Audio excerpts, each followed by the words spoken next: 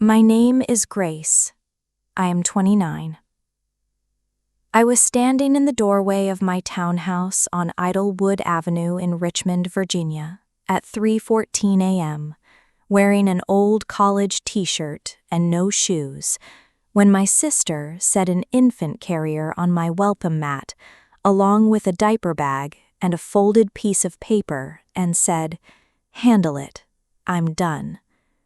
She was back in her car before I had fully processed what was in front of me. By the time I got to the curb, barefoot, her taillights were already 2 blocks away. I called her 4 times before sunrise. All 4 calls went straight to a message telling me the number was no longer in service.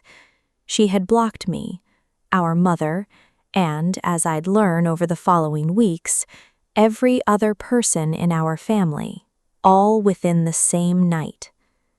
But I'm getting ahead of myself. Before I tell you what happened, take a moment to like and subscribe. Drop a comment and tell me where you're watching from. I read every one. Now, let me take you back to the years before that doorstep, to a life I built quietly, long before I understood it would eventually have room for someone besides myself in it. I live now in the same townhouse on Idlewood Avenue, though it looks almost nothing like it did that night. There's a small blue bicycle with training wheels leaning against the porch railing, a step stool by the bathroom sink exactly the right height for a 4-year-old to reach the faucet, and a row of crayon drawings taped along the hallway wall at a height that changes every few months as he grows. The guest room I used to store for landscaping reference books in is now Eli's room, painted a pale green he picked out himself from 3 sample swatches, with a nightlight shaped like a fox that stays on until well past his actual bedtime. My mornings start at 6 a.m. now, quiet before Eli wakes at 6:45, coffee first, then his cereal, then the specific 15 minutes of negotiation it takes to get him into actual clothes, instead of whatever superhero costume he's decided is appropriate for preschool that day. I keep a thin silver locket around my neck, a gift from my grandmother the year I turned 25, with a small space inside for a photo I never got around to filling until 4 years ago, when I finally put in a picture of Eli at 8 weeks, the week I stopped thinking of him as temporary. I work as a landscape architect for a firm based downtown, a job I've held for 7 years, designing public green spaces and residential gardens across the Richmond metro area. My desk has a small potted rosemary plant on it that's outlived every other plant I've ever tried to keep alive, mostly, I think, because I stopped trying so hard with it and it decided to survive anyway.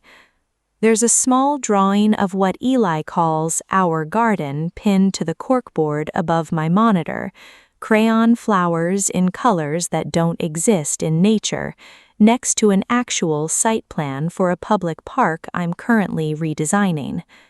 Nobody in my extended family has asked me a real question about my work in longer than I can easily remember, though that's changed less because of anything I did and more because of what happened after that doorstep. This matters for what comes next. I grew up in Chesterfield County, just outside Richmond, the older of 2 daughters. My parents divorced when I was 12, and my mother, Carol, raised my sister Vanessa and I largely on her own after that, working long shifts as a dental hygienist to keep us in the same school district through high school. Vanessa is 3 years younger than me, and from an early age, she developed a specific talent for landing on her feet in ways that looked, from the outside, effortless. New jobs that appeared out of nowhere, relationships that moved fast and ended faster, plans that changed on a 2-day notice without much explanation offered to anyone expected to accommodate them. My mother often described her as a free spirit, a phrase that, over the years, started to feel less like an observation and more like an excuse everyone in the family had quietly agreed to keep using. I remember in high school being the one who covered Vanessa's shift at the ice cream shop where we both worked more times than I could count. Our mother always framing it as, "You're just more reliable, sweetheart." A compliment that, even at 16, felt like it was doing double duty as an explanation for why the workload had never been divided evenly. Vanessa got pregnant at 25 by a man named Curtis who left the state before Eli was even born, and who, as far as I know, has never once reached out since. She moved in with our mother for the last 4 months of the pregnancy, and I remember driving over most weekends to help set up a nursery in what used to be our old shared childhood bedroom, assembling a crib from a box while Vanessa scrolled through her phone on the bed behind me, occasionally offering an opinion about which wall the dresser should go against. I didn't mind doing the work. I told myself it was what sisters did for each other, even when the effort wasn't quite equal. Eli was born in late spring, 7 pounds even, and for the first 6 weeks, Vanessa cared for him at our mother's house, though our mother later told me those 6 weeks had been harder on Vanessa than either of us fully understood at the time. Sleepless nights, a colicky baby, a boyfriend before Curtis who kept resurfacing with promises about a fresh start somewhere else, usually somewhere far away. I didn't know until much later that Vanessa had already been quietly planning to leave before that specific Tuesday night in June. I only knew what showed up at my doorstep at 3:14 in the morning, and the note she left folded inside the diaper bag, which read in her handwriting, "I can't do this. He deserves better than what I have to give him right now. Please don't try to find me." I didn't call the police. I didn't shout into the empty street. I stood on that porch for a long moment, the carrier at my feet, Eli finally quiet after what must have been a difficult car ride, and I picked him up. And I brought him inside, and I sat on my living room floor with him until the sun came up, because I didn't know what else to do with the next 6 hours, let alone the rest of anything. So, I worked. Not dramatically. The first weeks were mostly logistics, diapers, formula, a crash course from my mother on burping technique over video calls at 2 a.m., an emergency pediatrician visit within the first 48 hours, just to confirm Eli was healthy after an unplanned night in a car seat. I kept every receipt, every pediatrician record, every version of the note Vanessa left, in a growing folder I eventually just started calling in my own head Eli's file. For the first year, I adjusted my work schedule to 4 days a week, taking a pay cut I didn't love but could manage, splitting daycare costs with help from my mother, who watched Eli 2 mornings before her own shifts started. I learned that year more about infant sleep schedules and formula ratios, mostly from 3 in the morning internet searches and a stack of parenting books my mother left on my kitchen counter without comment. I remember calling in sick to a client walkthrough once in Eli's first winter because he'd spiked a fever the night before and I hadn't slept more than 90 minutes at a stretch, a version of exhaustion nothing in my previous life had prepared me for, and one I got through anyway, the way you get through most things once there's someone smaller than you depending on it.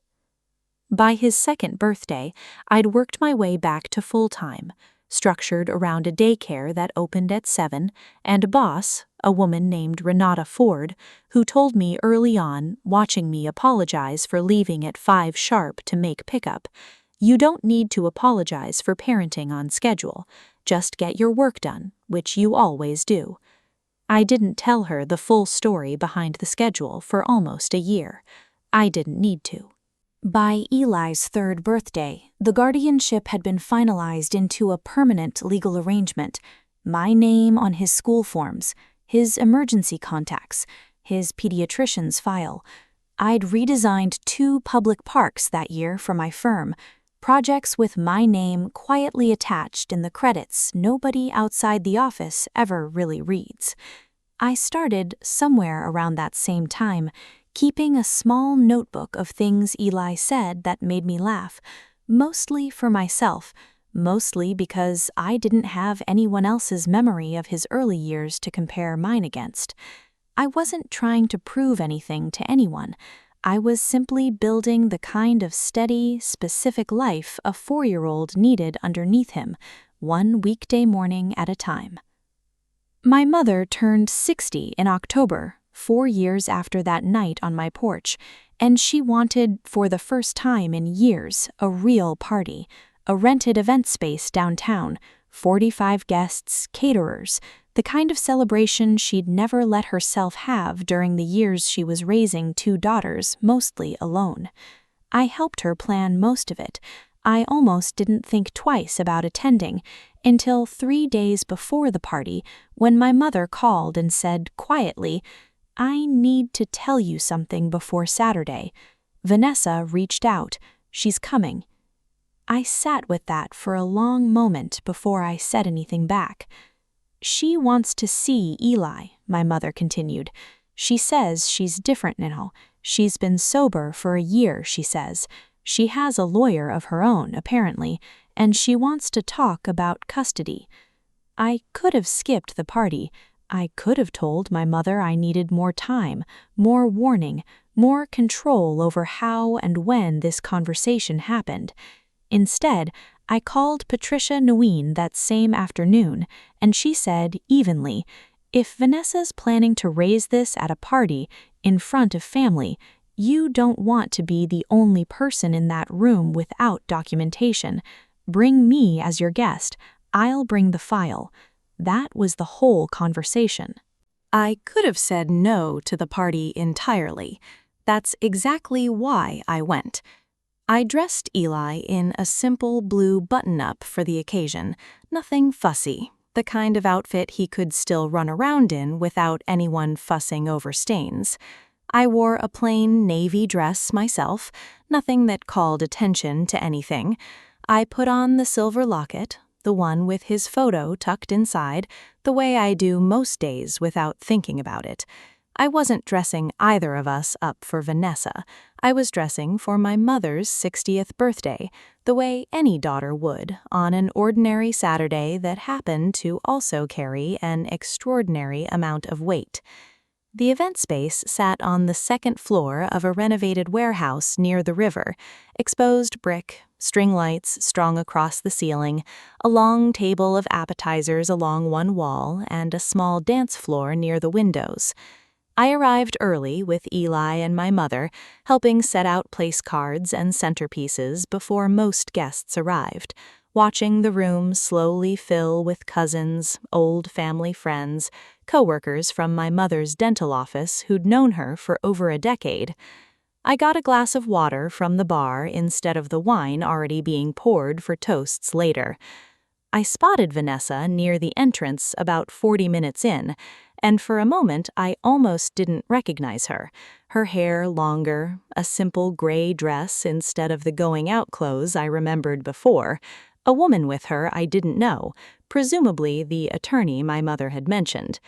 Vanessa hadn't spotted us yet, still scanning the room, and I watched her for a moment the way you watch a variable in a project you haven't fully priced out yet, present, real, not yet requiring a reaction. A cousin near the appetizer table asked casually if I was still doing the landscaping work for the city or whatever, and I gave her the short version, keeping half my attention on the door, the way you keep half your attention on weather you already know is coming. Vanessa spotted Eli first, not me. I watched her face change. Not dramatically, just a slight parting of her lips, a stillness that hadn't been there a second before. She crossed the room quickly, crouching slightly in front of him. "Eli, hi, sweetheart," she said, her voice pitched warm and careful. "Do you know who I am?" Eli, 4 years old and unfailingly polite the way preschool teaches them to be, looked at her and then up at me, uncertain, and said, "No. Honestly, without cruelty, simply true."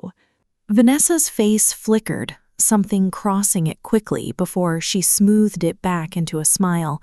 She stood, looked at me, and said, "He doesn't even know who I am," in a tone that landed somewhere between grief and accusation, as though the not knowing were something I had personally engineered, rather than something 4 years of silence had built entirely on its own. I said evenly, "He knows his family. That's who's been here."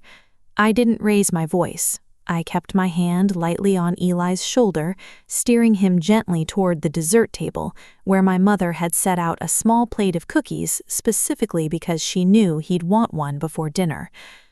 About an hour into the party, after the first round of toasts, Vanessa found her way toward the small stage area near the dance floor, where my mother was still standing with a glass of champagne, guests gathered loosely around. I don't know if she had planned it or if the moment simply presented itself and she took it. She raised her own glass slightly, drawing a few nearby eyes, and said loud enough for a growing pocket of the room to hear, "I just want to say, since we're all here, I know I made a hard decision 4 years ago, but it was the hardest thing I've ever done, and I did it because I loved my son enough to admit I couldn't be what he needed then. I'm different now. I've done the work, and I think it's time this family stopped acting like I don't have any right to be part of his life." The room, or at least the section of it close enough to hear, went quiet in that particular way rooms go quiet when someone senses a story is being rewritten in real time in front of people who remember a different version. I didn't say anything immediately. I stood a little straighter, Eli's hand still loosely in mine, and I touched the locket at my throat, once, with 2 fingers, feeling the small shape of it against my collarbone. That's when Patricia Nguyen, standing near the back of the small gathered crowd with a slim folder under her arm, stepped forward. She didn't raise her voice. "I don't think anyone here is questioning whether that decision was hard," she said, evenly, addressing the room more than Vanessa directly. "But I want to make sure everyone has accurate information, since it sounds like there's a version of events being shared that doesn't quite match the documented one." She opened the folder. 4 years ago, Vanessa left her 6-week-old son on Grace's doorstep at 3:14 in the morning, along with a note stating she couldn't be found, and then blocked every member of this family, including her own mother, for the following 14 months. Grace filed for emergency guardianship within 10 days, which was granted, and permanent legal guardianship 2 years later, uncontested because no contact was made or attempted during that entire window. Grace has raised Eli full-time for 4 years, covered 100% of his medical and living expenses, and built a documented, uninterrupted record of care that any family court would recognize immediately. If Vanessa wants to pursue a custody conversation now, that's her right to explore through the appropriate legal channels, but it starts there, with facts and process, not with a toast at her mother's birthday party. Vanessa's face didn't move for a moment. Then her jaw tightened, and the composed, careful expression she'd been holding since she walked in flickered and dropped entirely. The woman beside her, her own attorney as it turned out, leaned in and said something low that made Vanessa's shoulders drop slightly. Whatever bravado had carried her into that toast visibly deflating in real time. My mother, standing closest to the whole exchange, set her champagne glass down on a nearby table, her hand not quite steady, looking at Vanessa with an expression I hadn't seen her wear before. Not anger exactly, but something that had been clearly building, quietly, for 4 years. I knelt down slightly so I was closer to Eli's height and said, "Should we go get another cookie?" He nodded, entirely unbothered by everything that just happened above his head, and I let him lead me toward the dessert table, my hand steady around him. I didn't say much more to Vanessa that night. I didn't need to. I said evenly to the room in general, rather than to her specifically, I'm not here to relitigate 4 years tonight. I'm here for my mother's birthday. I picked up a cookie for Eli, thanked Patricia quietly with a small nod, and spent the rest of the evening exactly where I had planned to spend it, near my mother, near my son, largely undisturbed. I found out what happened after the party wound down because my mother told me the following week over coffee at her kitchen table. Vanessa had left within 20 minutes of Patricia's correction, her attorney steering her gently toward the door, neither of them staying for cake. 2 cousins who'd witnessed the whole exchange later told my mother, separately, that Vanessa had apparently told at least some extended family a softer version of events over the years, something closer to, "it got complicated," than the truth my mother and I lived through in real time. My mother, for her part, told me she'd finally said something to Vanessa privately before she left, something short, something she'd apparently been holding on to for 4 years and hadn't found the right moment to say until that night. I didn't ask her to repeat it word for word. I felt something hearing it all secondhand, but not the thing I might have expected years earlier. Mostly I felt like the porch 4 years ago had finally, fully been answered. I called my mother again that night, after Eli was asleep, sitting in his doorway watching him breathe, the way I still sometimes do, the locket resting against my collarbone. "Patricia handled that well," she said. "She did," I said. "I didn't ask her to bring the folder. I think she knew I'd need someone else to say it first." There was a pause. Then my mother said, "Your grandmother used to say, the truth doesn't need you to raise your voice. It just needs somebody willing to say it clearly, once, in the right room." That was all. My mother has never needed many words when something actually mattered. I hung up the phone and sat there a while longer, watching Eli sleep, and for the first time in longer than I could easily place, I let myself cry quietly for a few minutes, one hand resting on the locket, the other on the doorframe. Then I closed his door gently, checked the lock on the front porch out of habit more than necessity, and went to bed because there was a full workday and a 4-year-old's breakfast waiting in the morning. Vanessa texted me 9 days later. It read, "I know tonight didn't go the way I wanted. I still want to be part of his life eventually, when things are more stable. I hope you'll consider it." No mention of the doorstep, no mention of the note, or the 14 months of silence, or the version of events she'd apparently told other people over the years. I read it twice. I sent back one line. "If you want to pursue anything formally, that conversation goes through Patricia, not through me at a party." I didn't hear back after that. Today, Eli is 5, starting kindergarten in the fall, still convinced most mornings that a full costume change is the only acceptable way to leave the house. I've kept the same guardianship arrangement in place, unchanged, uncontested since. I started volunteering this past year with a local organization that supports kinship caregivers, grandparents, aunts, siblings, anyone who's stepped in the way I did, without warning, without a manual, and had to build the rest of it from scratch. I still wear the silver locket every day, Eli's 8-week-old photo still tucked inside it, though I've thought more than once about updating the picture and never quite gotten around to it. I think I like that it still shows exactly where we started. Nobody gets to rewrite 4 years of showing up by walking back into a room and saying it differently once.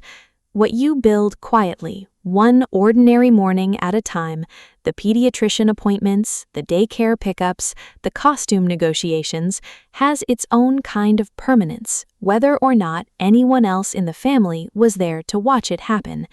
I didn't need Patricia to open that folder to know what I'd built with Eli over 4 years.